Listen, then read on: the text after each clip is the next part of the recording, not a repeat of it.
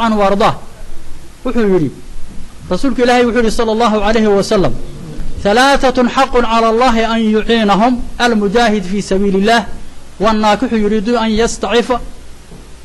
والمكاتب الذي يريد الأداء صدح شيء إلهي بس كل لازم يلي وحبا لازم إلهي واجب كوما هي إنه أكال ما يصدح لاقف متك كوباد وحوي قف مجاهدة وفي سبيل الله ودقالم هاي وما دقالم هاي إنه lacag helo uma dagaalamo inuu garaado helo inay kelimada tawxiidka kor marta darteed u dagaalamayo qofkii niyada laga hela saalixada ilaahay baa ballan qaaday inuu kaalmeynayo midna waa nin guursan haya asagoo doonaya inuu ku dhowrsado isku ilaaliyo ama awlaad ahlu tawxiid oo saalix uu ka helo laakiin inuu shahwadiisa ilaad ku gudato habeenta la joogto ay ka tagtay kaas ma kan saddexaad waxa weeye qof mukaatab ah adoon sayidkiisa hadaad xoolaha ay keento waan ku xoreynaya oo doonaya inuu adoonnimada u ka baxo xor noqdo saddexda ilaahay baa u kaalmeynaya subhanahu wa ta'ala waa xadiis saxiix ah asaguna Aisha bint Abi Bakr waxay tiri qaala rasuulullaahi sallallahu alayhi wa sallam tazawwaju an-nisaa fa innahunna yaatiinakum bil maal xadiisku waa xadiis saxiix oo xaakim ku wariyay sanadka Bukhari iyo Muslim imaam Dahabna talqiisi ku waafaqo saxiixa wuxuu xadiiskii rasuulku alayhi salatu wa salaam wardumarka guursada ayaga hanti maalka idin la iman haye yaani ha ka baqina hadaad guur rabto faqri darteed ma maxaa xoolama soo guurwayn waayo markaad guurka aad sameeyso guursataba ilaahay baa reerkaas islaanta iyo awlaadeeda iyo waxa culahayn ba ilaahay ba keenay subhanahu wa ta'ala marka maxaad faa'iiday rizqi ilaahay ba kafaala qaday adu shaqo ku malid waxaana faa'iiday zawja saalihan inaad hesho laga yaabo ku dhowrsato awlaad ahlu tawxiidna waad helaysa marka sidaa darteed ayaa rasuulku wuxuu yiri guursada haweenka alayhi salaatu wasalaam oo faqri darkii guurka ha uga baqin oo ha uga dibdhicina haweenku ayaga hantida idin keena yaani ilaahay ba guurka hantida idin ku siinay subhanahu wa ta'ala marka guurku waa saas oo waa sunno muakkada asagoo ahkaam ay ku dureerayso oo laga yaabo mar inuu waajib noqdo marna inuu sunno noqdo mar inuu karaaha ka noqdo laga yaaba mar inuu xaraan ka noqdo waa laga yaaba oo kulay ahkaamta dib loogu noqonayo inta laga helayo laakiin guud ahaan guurku waa sunno muakkad marka waxa fiican gabadh iyo wiilba in aan guurka looga baqin muxuu ahaa aad jaamacad gashidiyo aad ka baxdiyo aad dhamaysidiyo waxa laga yaabaa jaamacadu inay 5 sano ku qaato kadibna inaad noolaani inaad ibn ilaahay baab waxa laga yaabaa ilmo ahlu tawxiid intaad guursateen oo ka hada laga yaabo marka ikhwaani waxaan leenahay guud ahaan iyo gaar ahaanba guurka hala fudaydiyo ahwaashiisa yaan dadka lagu dhibin aad hala fudaydiyo guurka marka muhiimada u weyn ee la rabo horta awalan zawja saalixa way marka waxaan rabnaa zawjada saalixada waxoogaa dhowr xadiis ku saabsan ayadana inaan ishaaro insha Allah ta'ala Abi Hurayra radiyallahu ta'ala anhu warḍah wuxuu qaala rasuulullaahi sallallahu alayhi wa sallam tunkahu al-mar'atu li arba'in limaaliha wa li hasabiha wa li jamaliha wa li diiniha fadfar bidaati ad-din taribad yadak rasuulku wuxuu yiri alayhi salaatu wasalaam qofka dumarka afar shay mid baa loo guursadaa qofka dumarka waxa loo guursadaa hantida waa loo guursadaayo in badan bay rag guuraadiyaan islaan xogaa hanti laho ama gabar haata ama garoob haatee muxuu ahaa hanti haysata waa isku leenayaa rag nin walba wuxuu rabaa inuu hantidaas uu gacanta ku dhigo raba hada ka waxaan maqli jiray oday Soomaaliya wuxuu yiri nin Soomaaliya ku yiri warniyahu wuxuu yiri islaan 100 neef oo ari ah oo idaa haysata iyo laba gabdhood oo midna weyn tahay oo wuxuu yiri la guursan karo midna yarta ariga raacaysa isoo raad oo maana isaga ka sheegay hadaan heli lahaa wuxuu yiri tan waan guursan lahaa tan ariga ay raaci lahaa wankana waliiq lahaa oo tuuman culaha meesha marka islaanta rasuulku yiri alayhi salaatu wasalaam waxa loo guursadaa maalkeeda xasabkeeda waa loo guursadaa yaani xasabka waxa la yiraahdaa qofka meesha uu ku abtirsado qoys meerax macaan oo waa dad wanaagsan oo waa dad ahlu karaamo oo yaani ahlu karam oo ahlu deeq oo dad wanaagsan oo sharaf loo qiimo la weey ma had ahlu dayaanad iyo karamku waa kala lab xasabku waxa weeye xagga diinta ma waa dad macaan waa dad kaliya Soomaaliya waa qoys meerax macaan oo dad macaan weey oo dad macaan bay ka dhashay macaanka ay reerkeedu leeyihiin waa loo guursadaa oo reer macaan haday ka dhalato wanaagsan iyo reer liya mareebel waa kala duwan yihiin quruxdana waa loo guursadaa waxa kale loo guursadaa diinteeda intaas markay isu ka qabsadaan haddaad afartaba isku hesho waa sidii la rabay ilaa haddii kale midda diinta iyo akhlaaqda la qaado waayo maalkeeda waxaa laga yaabaa inay duqoyaanto kibirtaa laga yaabaa oy kuuba aragtaba addoonkeedii ay leedahay oo ay yaanyow oo miskiin ay ku arkaysaaba in badan oo ka mid dumar kol hadday hanti leeyihiin xasabka waxaa laga yaabaa inay ku tahay war anagu reer binu fulaan anaga waaba nala yaqaanaaye adoo horta intaad ka timid oo iska wadhacdaan maalinta horeba jamaalku kadaalika fitan buu wataa oo dumarka midba mid ay ka qurux badan tahay way iskala qaalisan tahay oo maba ogola waa xuquuqda inay ka sataagtaa laga yaabaa lagu lahaa iyo zawjanimadiiba marka wuxuu yidhi rasuulku calayhi salaatu wasalaam liibaan oo qabso midda ahludiinka iyo ahlu akhlaaqda haddaad samayn weydo labadaada gacmood waa faqiir hayaan yacni taribad yadaag xadiidka waxaa wariyey bukhaari iyo muslim iyo asxaabu sunankaa wariyeen marka xasabku waasaan sheegayna waxaa la yidhaha sharafta dadka aabbayaashii awoyaashii aqaarinta gabadha dadka muxuu ahaa wanaagga lagu yaqaano weeye sida deeqda iyo geesinimada iyo muru'ada iyo waxaa kaloo lagu idlaaqaa xasabka maalkana waa lagu idlaaqaa oo xadiis saxiixa ku yimid rasuulka inuu yidhi ina xasaba ahli dunya aladii yadhabuuna ilayhi hada almaal dadku waxay xasab iyo sharaf ka dhigan hayaan ay ku cararahayaani waa maalka xadiid kale wuxuu ahaa oo xaakim wariyey saxiixina rasuulkana wuxuu yidhi calayhi salaatu wasalaam tunkaxu lmar'atu calaa ixdaa khisaalin saddex khaslo khisaali halaatin saddex khaslimid baa dumarka loo guursadaa tunkaxu lmar'atu calaa jamaaliha quruxdeeda darteed qofka dumarka waa loo guursadaa wa tunkaxu lmar'atu calaa diiniha wa khuluqiha qofka dumarka diinteeda iyo akhlaaqdeeda wanaaggooda dartii baa loo guursadaa wa tunkaxu lmar'a calaa xasabiha facalayka bidaati ddiin hadday isu kaa qabsadaan midda akhlaaqda iyo diinta la laazim taribat yamiinuka haddaad diiddo gacantaadu faqiirta macnaha oo habaar laga dhigo xaakim ayaa xadiidkaa wariyey waa xadiid saxiixa imaamu dahabina uu ku waafaqay talkhiiskiisa uu ku waafaqay anas binu malik allah ka raadi noqday wuxuu yidhi ana rasuula allahi sala allahu calayhi wasalam qaal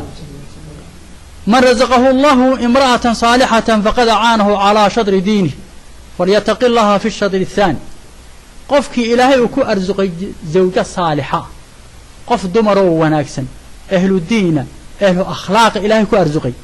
ilaahay wuxuu qofka u kaalmeeyey diintiisa haafkeed yuu ilaahay ilaaliyey haafka kale ilaahay kaga boqo oo macsiyo yuusan ku dhicin barba haddii ilaahay qof dumara oo saalixa oo wanaagsan kuu guuriyo oo kugu arsuqay ilaahay diintaadii nis buu ku ilaaliyey niska kale ilaahay ka baq oo ilaahay muxuu ahaa kaga xisho subxaanahu wa tacaala xadiidkaasina xadiid saxiixa weeyaan abi hurayra allah ka raadi noqday wuxuu yidhi su-aala nebiyo nabigeena baa la weydiiyey sala allahu calayhi wasalam ayu nisaa'i khayr waxaa layihi haweenka yaa u khayr badan wa qaala wuxuu yidhi khayru nisaa'i man tasuru idaa nadar wa tudicu idaa amar walaa tukhaalifu fii nafsiha wa maalih haweenka waxaa ugu khayr badan qofka dumarkee markuu ninkeedu soo fiiriyo farax gelisa waxaa la rabaa islaamtu qofka dumarkii markuu ninkeedu soo fiiriyo inay wejiga u furto oy qosasho oy farxda la rabo muusooto waxaa kaloo farxgelinta noqon karta gabadha waxaa la rabaa had iyo goor inay isdhisto inay dharkeeda nadiifiso inay jidhkeeda nadiifiso inay guriga nadiifiso inay barfuuniso inay bakhuuriso oo gurigu guri nadiif oo wanaagsan oo qabow uu noqdo waxaa laga yaabaa haddii ay ama jidhkeedii nadiifin weydo ama dharkii ama gurigiiba ninkii inuu waxoogaa ku dhaco sintaa ku dhaco mid kale raadsan yidhaha waana in badan bayna qisadaasi ay dhacdaa marka man tasuruhu idaa nadar xagga wejiga way noqon kartaa inay weji furfuran tahay gabadhi baa la rabaa muslimkahayd oo ninkeeda u weji furfuran tahay inay ehlu nadiifo tahay nadaafo tahay muxuu qof dumar oo nadiifa ay tahayna waa la rabaa jidhkeeda iyo gurigeeda iyo hantideeda iyo waxaan leeyahay muxuu ahaa cuntadeedaba ay nadiifiso wa tudicuhu idaa amar markuu amraana ninkeeda waa inay adeecdaa isgarab socod wax la yaama jiraan waxba haddii maraykan la yimid oo waa la isgarab soconhayaa adna jikada margal ana mar baan gelahayaa haddeetana waa adduunya waa laga tegay maanta laakiin berri aakhara imanaysa jahanamana waa taallaa iyo ciqaabkeeda maraykankan in badan dadku ku khariban yihiinna haweenka caddaanka rag bay la-yihiin intay raggoodu garacaanay sanka ku daraan bay haddana ay muxua daba soconayaan oo sidaa ku ogol yihin ayagaama nin haysaninba berriba iyadoo daba carrayso mid kale iska raacayaaba marka waa midda adeecda qofka dumarkee saalix waxaa lagu yaqaanaa ninkeeda waa ta adeecda markuu amro waa midda nafteeda aan marna ku khayaamayna ninkeeda ku khilaafayn hantidana ku khilaafayn waxaa la rabaa qofka dumarka nafteeda horta inay ilaaliso muxuu amaanada ka soo baxda hantidiisana waa inay ilaalisaa hadduu joogo iyo hadduu maqan yahayba haddayna saa samaynin zawjo saalixa ma noqon karayso xadiidkaas waa xadiid xaakim uu wariyey calaa shardi muslim ku wariyay saxiixa dahabina ku waafaqay abi hurayra radi allahu tacala canhu ardaa wuxuu yidhi qaala qaala rasuulu llahi sala allahu alayhi wasalam ina addunya kulahaa mataac wa khayru mataaci dunya almar'atu saalix xadiidka muslim iyo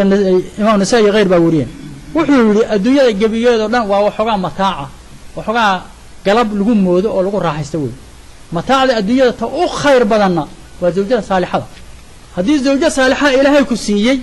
wax khayr oo adduunyo ku laaban maba laba sidiisaba abi hurayra radi allahu tacala canhu wa ardaah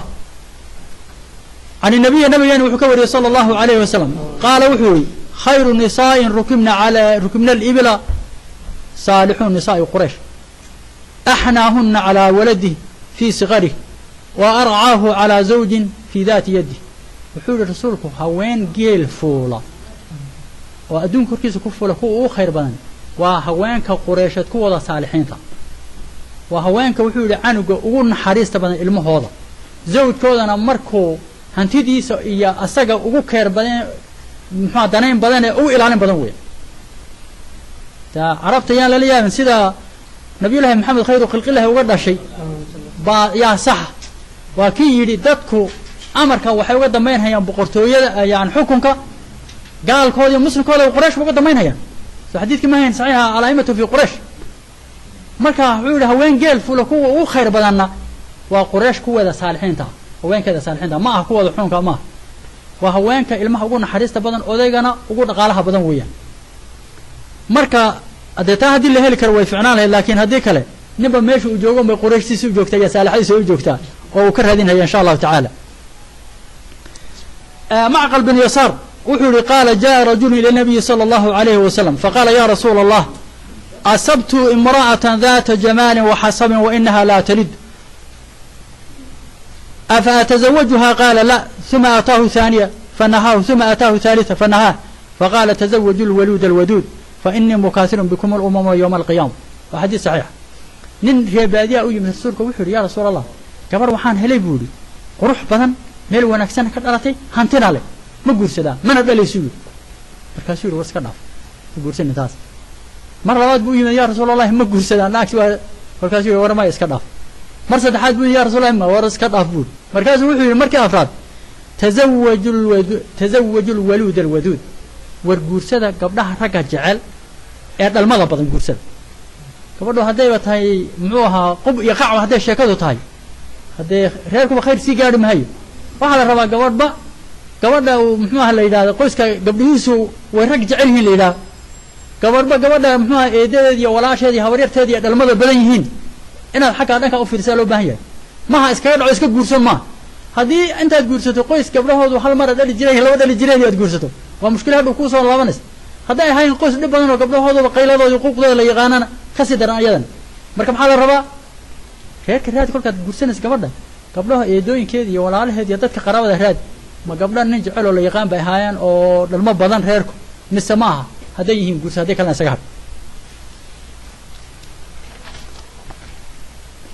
cali bin abi taalib radi allahu tacala canhu ardah wuxuu yihi ina rasuula allahi sala allahu alayh wasalam qaal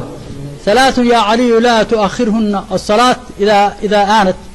wاljanaazatu ida xadarat wاlayimu ida wajadta kuf'an wuxuu yihi cali ow saddex shay dib ha u dhigin salaaddu markay xaadirto dib ha u dhigin mar hadday salaadu gasho waa in la tukadaa